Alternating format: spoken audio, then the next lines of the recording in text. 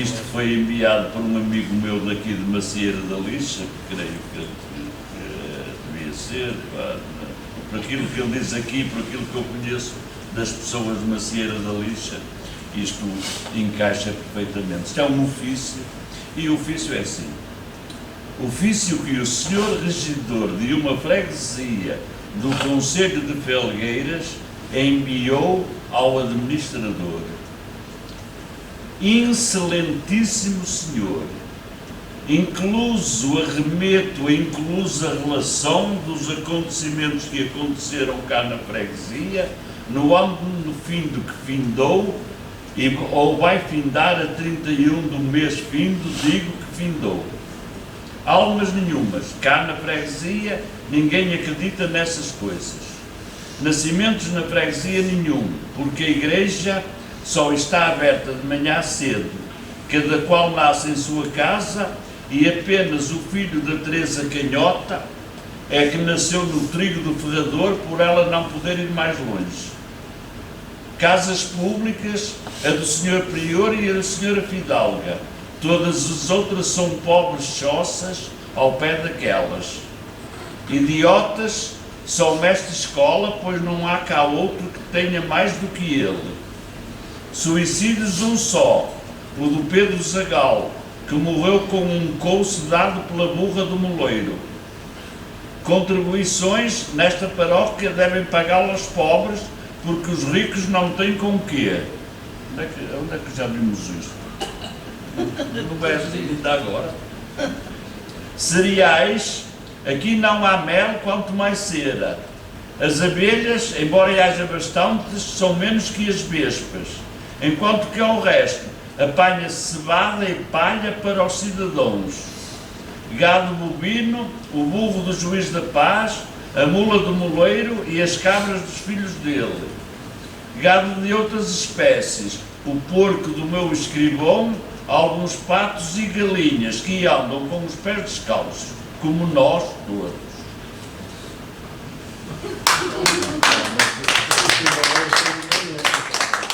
Eu acho que está aqui.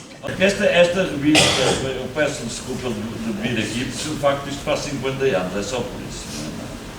Mas eu ao ler, que eu dei aqui uma vista de olhos, ao ler algumas das coisas que aqui estão, que eu e colegas meus escrevemos há 50 anos, eu digo francamente, isto dá a impressão que não mudou absolutamente nada.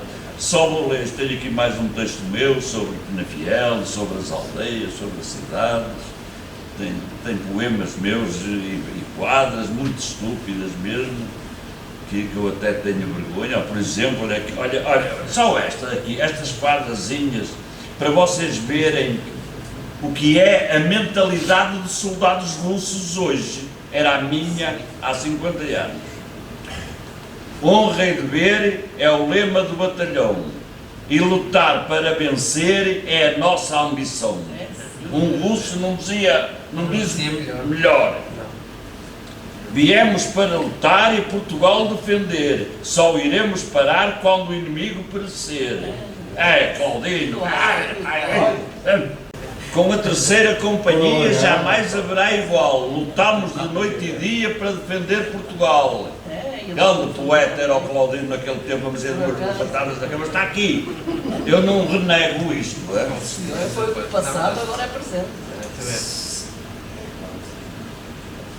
Neste pedaço de terra chamado de Fulacunda, nós ganharemos a guerra da maneira mais rotunda. Olha, Fulacunda era onde eu estava, diz aqui, ó, na Guiné, isso. Serrotes é a companhia que Fulacunda esperava, para que se acabe a agonia que há muito ameaçava. Nossos soldados são fortes e lutam com valentia, ou não fossem os serrotes da terceira companhia. Nos meses que aqui estamos, a todos faremos ver que a batalha ganharemos, sempre com honra e dever. Opa, isto é o fascismo. Isto convém dizer na gravação que é de 1972. Mas convém dizer na gravação. Convém dizer isto, não é? Estão às 2 por 3. Só mais um bocadinho desta revista e depois falando, mas eu peço, por favor, que me autorizem a ler isto, porque isto é muito importante para nós vermos o que é que aconteceu entretanto. Sabes que dentro de 8 anos estarão concluídos 346 km de autoestradas em Portugal continental, que se repartirão por 4 lanços. As autoestradas a construir serão a Autoestrada do Norte, desde Vila Franca de Xira aos Carvalhos, com a extensão de 265 km e meio. Isto tem 50 anos, não havia a autoestrada Porto-Lisboa. A Autoestrada do Sul, desde Fogoteiro até Setúbal, incluindo o acesso ao novo aeroporto de Lisboa, com a extensão de 34 km.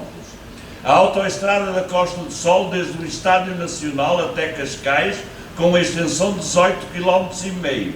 A Autoestrada Porto Braga-Guimarães, entre o Porto e Famalicão, com a extensão de 28 km.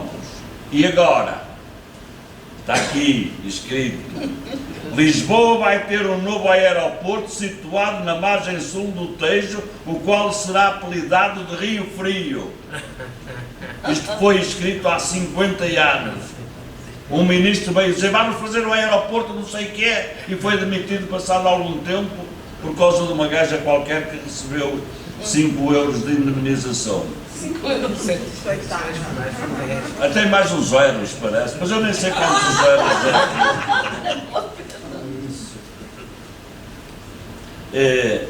Se acabou de realizar a última viagem à Lua do programa Apolo. Com a viagem da Apolo 17 completou-se 11 anos de esforço maior tecnológico que a humanidade conheceu. O último programa Apolo, esta viagem em que pela primeira vez um cientista de carreira representa também o maior assalto científico ao nosso satélite artificial e significa que poderia denominar o fim da era lunar. No ano 2000, reparem bem nisto, prestem bem atenção, a população do globo terá atingido 6,5 milhões, ou seja, 4 vezes mais do que existe agora. Mas agora já está em 8 mil milhões. Portanto, no ano 2000 já era esta previsão. Outra, são mais umas coisinhas. O português é o 6º idioma mais falado no mundo, sendo usado por 105 milhões de almas. Neste momento só no Brasil há 250 milhões. São mudanças pequenas, não são? A língua mais falada é o mandarim, cerca de 500 milhões. Quantos são agora? 1 bilhão e 300 milhões, não é? A seguida do inglês, 320 milhões. Do russo, 194 milhões. Espanhol, 190 milhões. E hindi, 185 milhões. Quantos são este ano a falar? 1 bilhão e 500 milhões. Não é? Já agora, o maior navio português é o Infante Dom Henrique, com 23.306 toneladas e 260 metros de comprimento. Às vezes tenho aqui um poema sobre o passado e o futuro, tenho ali, não vou ler, porque eu já falei demais hoje, mas nós quando escrevemos algo, ou fazemos qualquer coisa que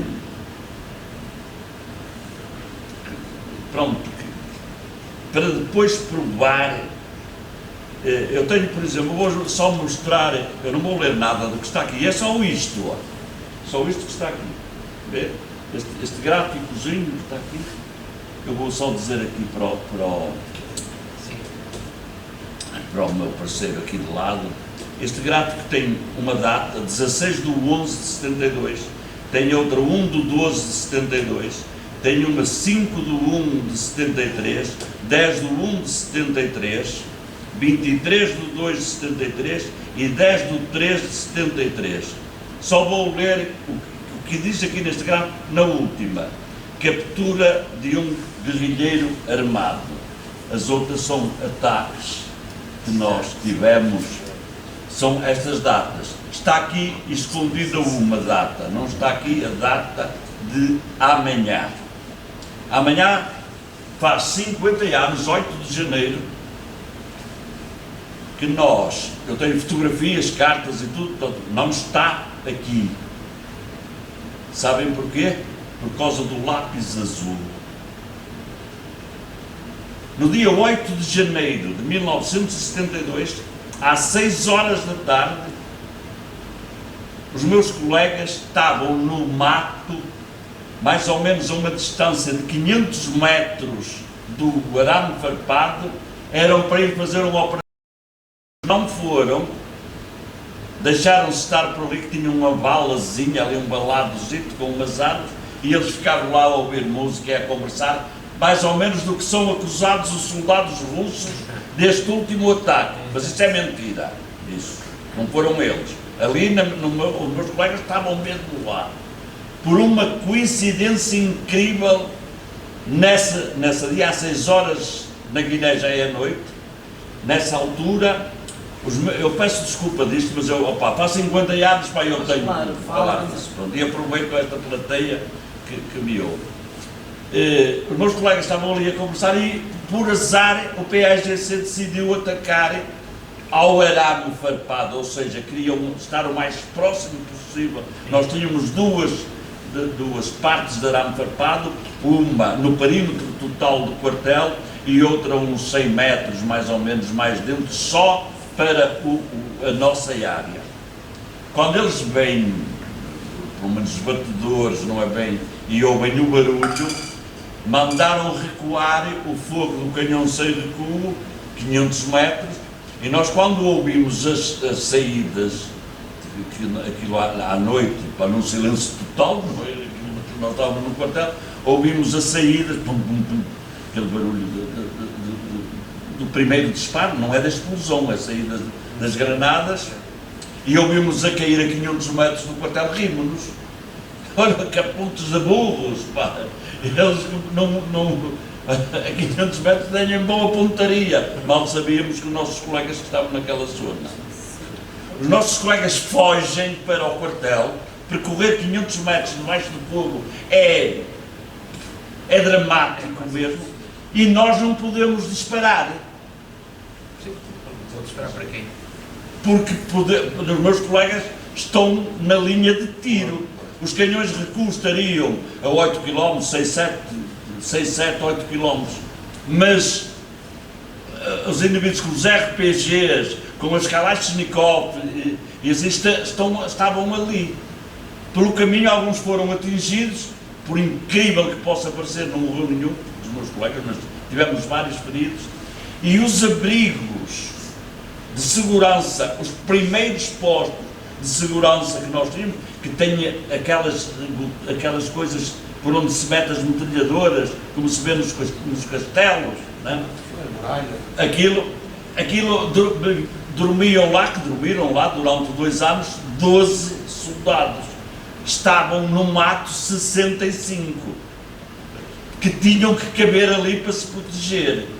Quer dizer, nem havia espaço, nem para socorrer os feridos, nem para eles caberem dentro. Nós não podíamos disparar. Eu não era atirador, mas fazia parte de uma equipa de dilagramas. Todos nós tínhamos uma atribuição de guerra. Eu era fornecer, no meu caso, era ao falecido Silva do Ramirinho de Pierres, o dono do Ramirinho, fornecer-lhe dilagramas. Já morreu o Silva? Já, não morreu. Morreu no ano passado, em junho. Eu sei.